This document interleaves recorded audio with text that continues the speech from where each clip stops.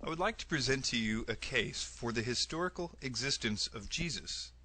Lately, there have been many people who have been claiming that there is no evidence to verify his actual existence. It has become so widely claimed by recent speakers that most of us take for granted what we have been told, although it is rare to find anyone who has actually looked for themselves to verify this claim. First, you should know that this view is a new one. All throughout history, skeptics used to claim that Jesus didn't rise from the dead, or that his miracles were only parlor tricks, or that the disciples stole his body from the tomb, but they never claimed he didn't exist. Claiming that he never existed only became possible recently due to the long period of time that has passed since the first century.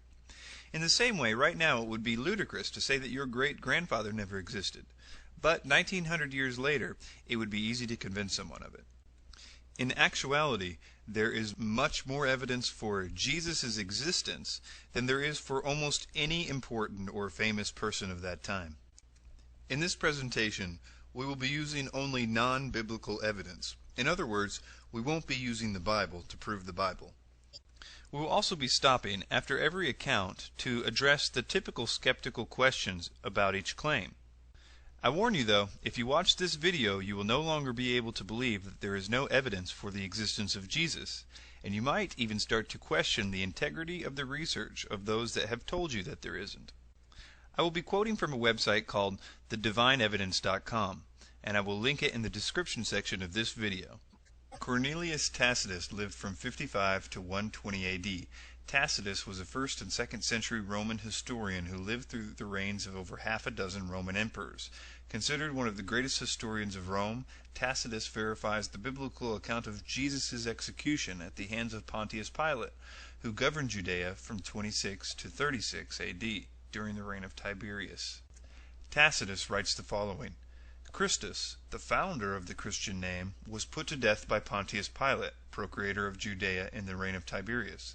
But the pernicious superstition, repressed for a time, broke out again, not only through Judea, where the mischief originated, but through the city of Rome also. It would confirm the following: that Jesus did exist, that he was the founder of Christianity, that Jesus was put to death by Pilate, that Christianity originated in Judea with Jesus, and that Christianity later spread to Rome. Skeptic Interjection 1. Could Tacitus have taken his information from Christian sources? Answer: because of his position as a professional historian and not as a commentator, it is more likely that Tacitus referenced government records over Christian testimony. It is also possible Tacitus received some of his information from his friend and fellow secular historian Pliny the Younger. Yet, even if Tacitus referenced some of Pliny's sources, it would be out of his character to have done so without critical investigation. An example of Tacitus criticizing testimony given to him even from his dear friend Pliny is found here in Annals 55. Tacitus distinguishes between confirmed and hearsay accounts almost 70 times in his History. If he felt this account of Jesus was only rumor or folklore, he would have issued his usual disclaimer that this account was unverified, but he did not. Skeptic Interjection 2. Could this passage have been a Christian interpolation or forgery? Answer: judging by the critical undertones of this passage, it is highly unlikely. Tacitus refers to Christianity as a superstition and an insuppressible mischief. Furthermore, there is not a surviving copy of Tacitus's Annals that does not contain this passage. There is no verifiable evidence of tampering of any kind in this passage. Skeptic Interjection 3. Why is this passage not quoted by the early church fathers? Answer: due to the condescending nature of Tacitus's testimony, early Christian authors most likely would not have quoted such a source, assuming Tacitus's writings were even available to them. However, our actual answer comes from the context of the passage itself. Nothing in Tacitus's statement mentions anything that was not already common knowledge among Christians. It simply provides evidence of Jesus' existence, which is a topic not debated at this point in history. Let's move on to Lucian of Samosata. Lucian was a 2nd century Greek satirist and rhetorician who scornfully describes his views of early Christianity. Though he ridicules the Christians and their Christ, his writings confirm Jesus was executed via crucifixion and that he was the founder of Christianity. He says, "The Christians, you know, worship a man to this day, the distinguished personage who introduced their novel rites and was crucified on that account. It was impressed on them by their original lawgiver that they are all brothers from the moment that they are converted and deny the gods of Greece and worship their crucified sage, and live after his laws." What this passage reveals and how it confirms the biblical account. 1. That Jesus did exist. 2. That Jesus was the founder of Christianity. 3. Jesus was worshipped by his followers. And 4. That Jesus suffered death by crucifixion. Skeptic Interjection 1. Can we consider Lucian's testimony reliable, due to the source being a literary work? Answer. Lucian's comments revolved around historical events. In Lucian's work, The Way to Write History, he openly criticizes his contemporaries, who distort history to flatter their masters or those who fill in historical gaps with their personal conjecture. He writes, "The historian's one task is to tell the thing as it happened. He may nurse some private dislikes, but he will attach far more importance to the public good and set the truth high above his hate. For history, I say again, has this and only this for its own. If a man will start upon it, he must sacrifice to no god but truth. He must neglect all else." Skeptic Interjection 2. Is it possible Lucian received his knowledge from Christian sources, or that this passage is an interpolation, or forgery? Answer. Seeing how adamant Lucian was in regards to historical accuracy and critical investigation, our answer is an emphatic no. As to the passage being a Christian forgery, chances are that the reference to Jesus would be far more favorable if this were so. Lucian refers to Jesus only as a man, a lawgiver, and a sage. Human, not divine descriptions. He never once refers to Jesus as a god. Furthermore, there isn't anything in the above statement that reveals what wasn't already known. It merely asserts that Jesus lived, preached, and died. Remember, at this time, Christians were trying to prove Jesus' divinity, not his existence. Next, we're going to look at Flavius Josephus. And before we get started on the details of Josephus, I'd like to make a personal comment. And that is that I've heard for a very long time that this Josephus quote was an obvious forgery.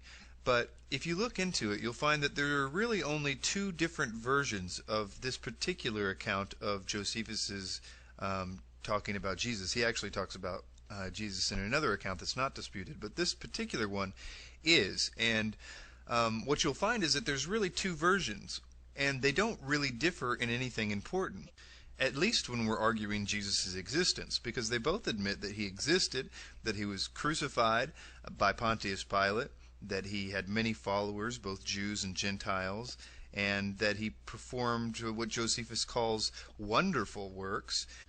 I think one reason that this particular passage of Josephus has been singled out for accusations and even misinformation is that it's a very good account from a very prominent historian who lived at that time and would have probably interviewed the apostles themselves.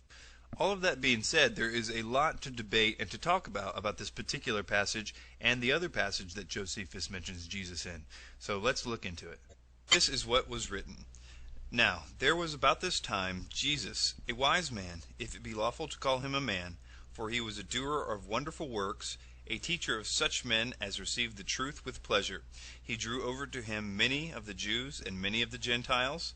He was the Christ. And when Pilate, at the suggestion of the principal men among us, had condemned him to the cross, those that loved him at first did not forsake him, for he appeared to them alive again the third day, as the divine prophets had foretold these and 10,000 other wonderful things concerning him.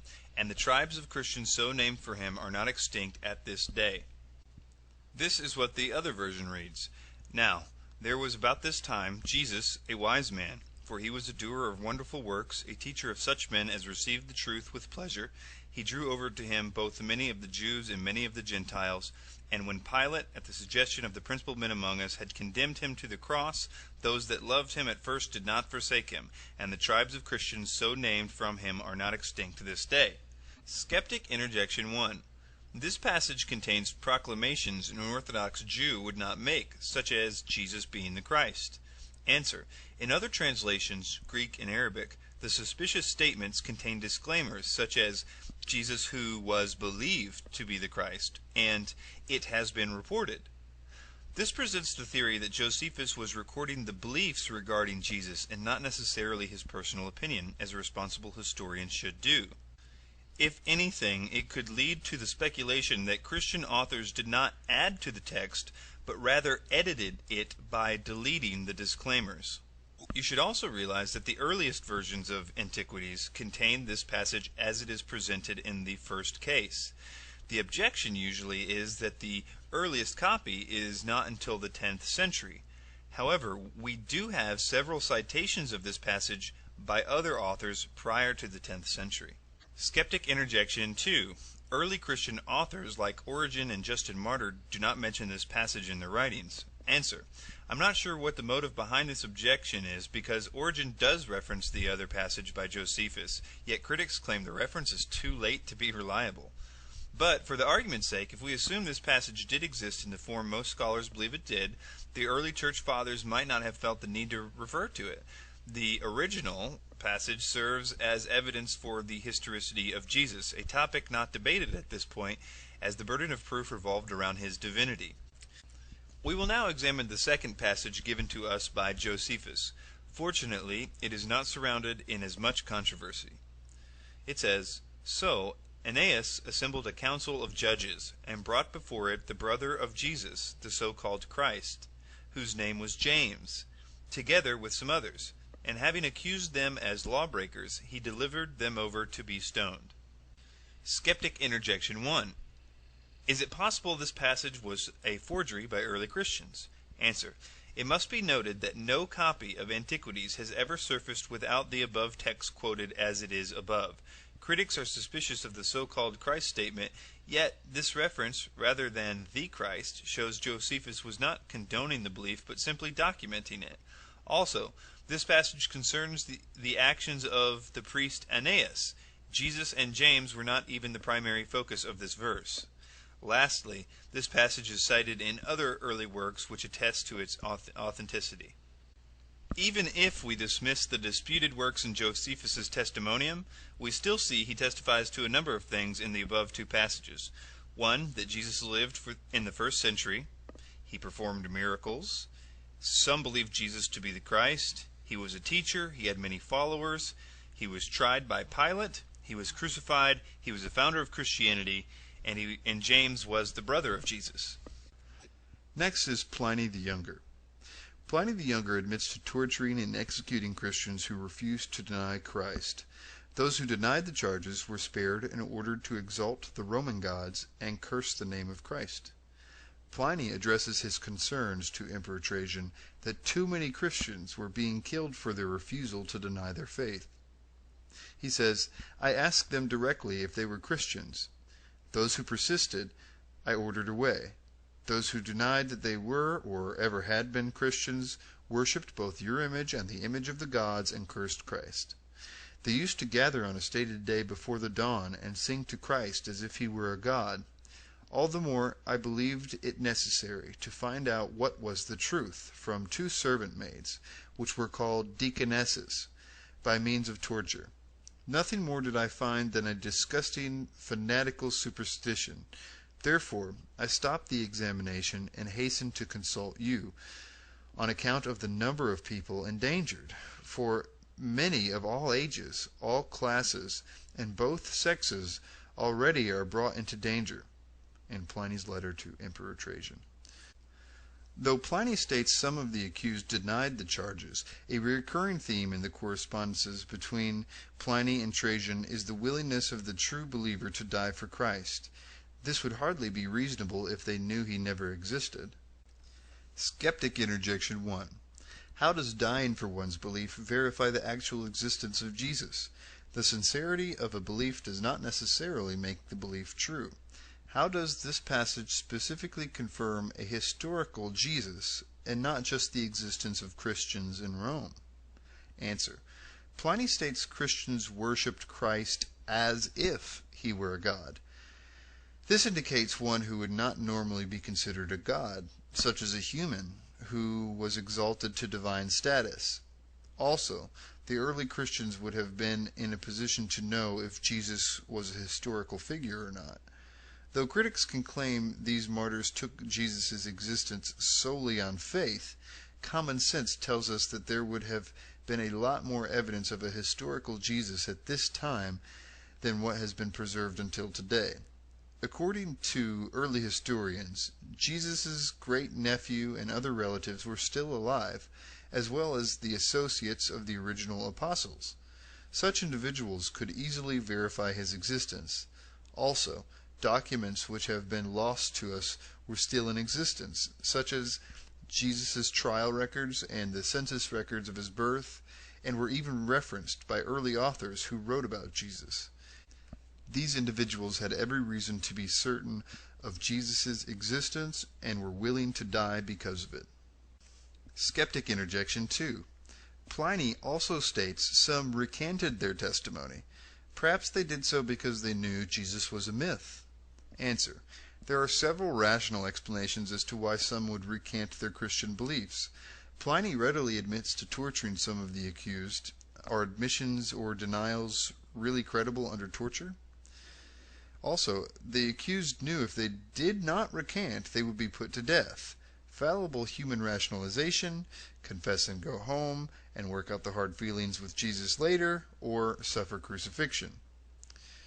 Also, some of the accused could have been lackadaisical Christians who half-heartedly accepted Christianity because of a spouse, parent, or friend, and would have had no problem reverting back to paganism upon facing persecution. There were half-hearted Christians 2,000 years ago, just like there are half-hearted Christians today. Just because there were some who may have recanted out of fear or poor judgment doesn't dismiss the deaths of the other individuals who were certain of Jesus' existence and died because they refused to curse him. Next is Celsus. Celsus was a 2nd century Roman author and an avid opponent of Christianity. He went to great lengths to disprove the divinity of Jesus, yet never denied his actual existence. Unfortunately for Celsus, he sets himself up for criticism by mimicking the exact accusations brought against Jesus by the Pharisees, which had already been addressed and refuted in the New Testament. There are two very important facts regarding Celsus which make him one of the most important witnesses in this discussion. Though most secular passages are accused of being Christian interpolations, we can accept with certainty that this is not the case with Celsus. The sheer volume of his writings, specifically designed to discredit Christianity, coupled with the hostile accusations presented in his work, dismiss the chance immediately. Also, the idea of Celsus getting his information entirely from Christian sources, another recurring accusation against secular evidence, is wholly absurd. He is obviously aware of his opponent's belief, as anyone who is engaging in a debate should be. Celsus wrote his exposition in a form of dialogue between a, quote, Jewish critic and himself. This gives us cause to believe that he used non-Christian, probably Jewish, sources. On Jesus' miracles, he writes, Jesus, on account of his poverty, was hired out to go to Egypt. While there, he acquired certain magical powers. He returned home highly elated at possessing these powers, and on the strength of them gave himself out to be a god. It was by means of sorcery that he was able to accomplish the wonders which he performed. Let us believe that these cures, or the resurrection, or the feeding of a multitude with the few loaves, these are nothing more than the tricks of jugglers. It is by the names of certain demons and by the use of incantations that the Christians appear to be possessed of miraculous power. Not only does Celsus confirm Jesus' existence here, he also tries to debate the source of his miracles. Like the Pharisees of Jesus' day, Celsus tries to dismiss these miracles as both demonic possession and cheap parlor tricks. However, he is clearly grasping at straws. On one hand, Celsus accuses Jesus of performing magic learned in Egypt, then later states it is by the power of possession, then states the miracles were not really miracles at all, but were illusionary tricks performed by a deceiver, then finally states that the miracles never occurred. On the virgin birth, he writes, Jesus had come from a village in Judea, and was the son of a poor Jewess who gained her living by the work of her hands. His mother had turned out by her husband, who was a carpenter by trade, on being convicted of adultery with a Roman soldier named Penthria. Being thus driven away by her husband, and wandering about in disgrace, she gave birth to Jesus, a bastard. Celsus acknowledges Jesus' birth and existence, but does not accept the concept of a virgin conception. He tries to dismiss Mary's premarital pregnancy as a result of an affair she had with a Roman soldier. Strangely enough, there is a very similar passage in the Jewish Talmud, which makes the same accusation. This gives us reason to believe that Celsus may have referenced Jewish sources for some of his arguments. On the crucifixion, Celsus writes, Jesus accordingly exhibited after his death only the appearance of wounds received on the cross, and was not in reality so wounded as he is described to have been.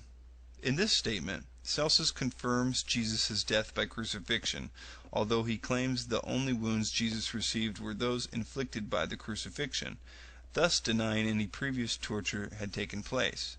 But not even history offers Celsus the benefit of the doubt, as floggings were the standard form of torture given to victims prior to the crucifixion. Celsus contradicts himself yet again when he later states that Jesus was probably never even crucified, but instead had an impostor die in his place. Skeptic Interjection 1. Celsus also states, "It is clear to me that the writings of the Christians are a lie, and that your fables are not well enough constructed to conceal this monstrous fiction." So how do we know that Celsus is referring to a historical Jesus and not just debating a myth of Jesus? Answer. Evidence which shows Celsus to be refuting aspects of a historical Jesus is as follows. Number 1. Satisfied with his presentation of evidence, Celsus offers his conclusion that Jesus was only a man, not a myth or a god, as the apostles had claimed. That's pretty clear that he thought that he existed. Number 2, instead of denying the alleged events, Celsus offers alternative theories to the early Christian claims, like the virgin birth being a cover-up for an illegitimate pregnancy, and the miracles actually being the works of sorcery. If he was discussing a mythical character, he would not have needed to go to such lengths, but to merely have dismissed Jesus as a myth. After all, there is no easier way to discredit a religion than to assert its founder never existed. Of course, this is the argument Celsus never makes. Number 3. Celsus refers to his belief that the claims such as the virgin birth and the resurrection were embellishments created by Christians, not that Jesus himself was a myth. Celsus was debating the claims of Jesus' divinity, not his existence. Gaius Suetonius Tranquillus lived from 69 to 130 A.D. Suetonius was a prominent Roman historian who recorded the lives of Roman Caesars and historical events surrounding their reigns. He served as a court official under Hadrian and as an analyst for the imperial house. Suetonius records the expulsion of Christian Jews from Rome, mentioned in Acts 18 verse 2, and confirms the Christian faith being founded by Christ. He says, "As the Jews were making constant disturbances at the instigation of Christus, Claudius expelled them from Rome." Skeptic Interjection 1. Because Suetonius misspells Christus as Chrestus, is it possible that he was referring to someone else? Answer. Because Chrestus was an actual Greek name, critics speculate Suetonius may have been referring to a specific civil agitator. I would like to present a few arguments as to why I feel this is a reference to Jesus. In order to get as close to the author's intent as possible, This is the passage as it exists in the original Latin. Suetonius seems to imply the word Christus as a title, not as a reference to a particular rebel. Though I have seen critics cite the passage as a certain one Christus, we can see that this is incorrect by the lack of the original quodam in the original Latin. Suetonius uses the word instigation, not instigator. The Latin word referring to an instigator is impulsor, but the term referring to an instigation is impulsore. And this is the word Suetonius uses, thus affirming the belief that he is using the word Christus as a title and not as a name. It was common for both pagan and Christian authors to spell the name using either an E or an I, and we know that the Christian authors were obviously referring to Jesus when they spelled the name Christus. Tertullian criticizes pagan disdain or hate for Christianity and points out the fact that they can't even spell the name correctly. He implies the common misspelling of Crestius by their use of the term Christians. He writes, "Most people so blindly knock their heads against the hatred of the Christian name, it is wrongly pronounced by you as Christians, for you do not even know accurately the name you hate. But the special ground of dislike to the sect is that it bears the name of its founder." Apology, chapter 3. Next is Thallus, unknown to 52 AD. Although his works exist only in fragments, Julius Africanus debates Thallus' explanation of the midday darkness which occurred during the Passover of Jesus' crucifixion. Thallus tries to dismiss the darkness as a natural occurrence, a solar eclipse. But Africanus argues, and any astronomer can confirm, a solar eclipse cannot physically occur during a full moon, due to the alignment of the planets. Phlegon of Tralles, a 2nd century secular historian, also mentions the darkness and tries to dismiss it as a solar eclipse. He also states the event occurred during the time of Tiberius Caesar. This is what was written: "On the whole world there pressed a most fearful darkness. The rocks were rent by an earthquake, and many places in Judea and the other districts were thrown down. The darkness Thallus, in the 3rd book of his history, calls, as appears to me without reason, an eclipse of the sun. For the Hebrews celebrate the Passover on the 14th day according to the moon, and the Passion of our Savior falls on the day before the Passover. But an eclipse of the sun takes place only when the moon comes under the sun, and it cannot happen at any other time. Phlegon records that, in the time of Tiberius Caesar, at the full moon, there was an eclipse of the sun from the 6th hour to the 9th, manifestly that one of which we speak." Skeptic Interjection 1. Why doesn't Pliny the Elder or Senencia mention this event in their writings? Answer. Pliny focused his writings on natural astronomical events that had physical scientific explanations. It is doubtful that he would have found it necessary to record an event of supernatural origin. I can also find no mention of him being in Judea at the time, so it is doubtful he would have mentioned it if he did not witness the events firsthand. Seneca focused his writings on dramas, dialogues, and tragedy, and like Pliny, it is doubtful he was in Judea during this event. Skeptic Interjection 2. Because Thallus' and Phlegon's work exist only in fragments, can their testimonies be considered reliable? Answer. This is something the reader will have to determine on their own. Africanus was an honest, qualified author who did not alter the quotes to serve his own purpose. This is very likely considering what we know about Africanus. Africanus's methods were highly respected by his peers, he was often quoted by other authors, he had even chastised his friend and fellow Christian Origen for citing information from a spurious, unreliable source. It also must be noted that Thallus never said this eclipse did not happen, but instead was trying to actually come up with a scientific explanation to the eclipse instead of assigning it to divine origins. Next is Mara bar Superior. Mara bar Superior of Syria penned this letter from prison to his son. What advantage did the Athenians gain from putting Socrates to death? Famine and plague came upon them as a judgment for their crime. What advantage did the men of Samos gain from burning Pythagoras? In a moment their land was covered with sand. What advantage did the Jews gain from executing their wise king? It was just after that that their kingdom was abolished. God justly avenged these 3 wise men. The Athenians died of hunger, the Samians were overwhelmed by the sea, the Jews, ruined and driven from their land, live in complete dispersion. But Socrates did not die for good. He lived on in the teachings of Plato. Pythagoras did not die for good. He lived on in the statue of Hera. Nor did the wise king die for good. He lived on in the teaching which he had given. Skeptic interjection 1. How do we know that this passage is in reference to Jesus? 1. He was Jewish. Jesus was a Galilean Jew. 2. He was executed. Jesus was crucified after the Jews appealed to Pilate to have him crucified. 3. After his death, Jerusalem and the temple were destroyed. This occurred in 70 A.D., after Jesus' death. 4. The Jews were dispersed after his death. The Jews abandoned Judea after the Roman attack of 70 A.D. He was a teacher. Jesus was a rabbi or teacher. He lived on after death, and the teachings, Jesus and his teachings founded the Christian faith. He was a wise king. Jesus was mocked by the Romans as the king of the Jews. The messianic prophecies fulfilled by Jesus referred to the coming Messiah as king. Christians believed that Jesus was their spiritual king. Jesus was born of the royal line of King David. And, of course, he was Jewish. Now, moving on to the Babylonian Talmud. The Babylonian Talmud is an ancient record of Jewish history, laws, and rabbinic teachings compiled throughout the century.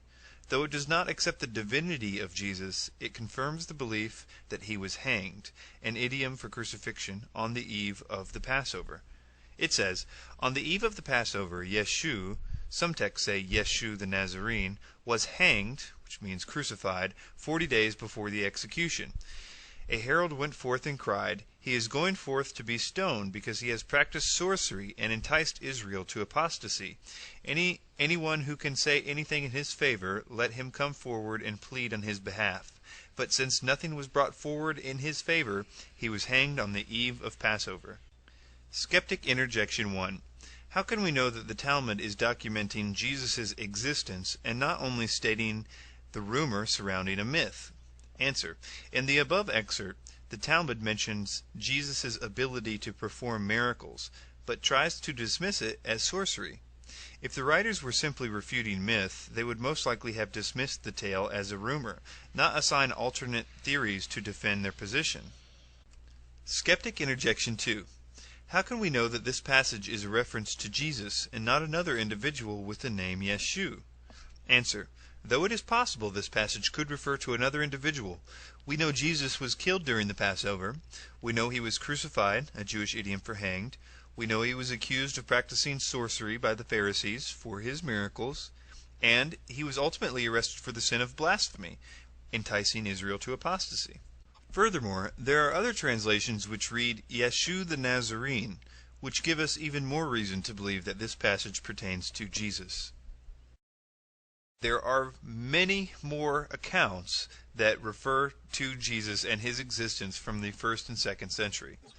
And this, of course, does not include the many books and letters contained in the New Testament, where even the critics agree it was penned by at least 5 different authors. So we're talking about different letters from different times, claiming to be, in some cases, eyewitness accounts of the historical happenings of the events of this man's life. Some common questions are, why is there no physical evidence or personal writings to verify Jesus' historicity? The Bible has been accused on several occasions of committing historical errors, but has later been proven accurate through archaeological finds. For instance, the Old Testament mentions a tribe of people known as the Hittites. Skeptics pointed out that there was no such civilization in history, yet in the 19th century, records of the Hittites were discovered within Assyrian ruins. Today, we know a lot about the Hittites, such as their language, craftsmanship, geography, and empire chronology. The New Testament mentions the Pool of Bathsheba as a place where Jesus healed a paralytic. No such location was known to exist until it was discovered in Jerusalem as a place where the sick would gather to seek healing. Just because an artifact has not yet been recovered does not mean none exists. In regards to personal writings, Socrates, for example, exists only in the writings of his students. there is not a single document still in existence that contains his original works. If we apply the same logic with Socrates, skeptics used to determine Jesus' historicity, we must assume Socrates was a figment of the imagination of his students. But if we are to accept Socrates as a historical figure based on 4 secondary accounts, we must also accept Jesus as a historical figure whose life was documented by his disciples, historians, and those who rejected his divine claims. In conclusion, a lot of evidence has been presented during this discussion to confirm Jesus Christ as a historical figure. We have viewed accounts taken from numerous authors of different theological backgrounds, and we have answered some common skeptic questions concerning Jesus' historicity. I purposely avoided using biblical evidence to support the existence of Jesus because that would be using the Bible to prove the Bible. Instead, we focused this study on extra-biblical sources. However, early Christian historians and witnesses were unanimous in their accounts that several New Testament books were written by eyewitnesses of both Jesus and the apostolic ministries. If these authors were indeed eyewitnesses, we can believe that they also provide evidence to the historicity of Jesus. Some readers may be satisfied with such evidence, some may not. Whatever the case, I encourage you to examine all the facts for yourself before reaching your conclusion. Thank you.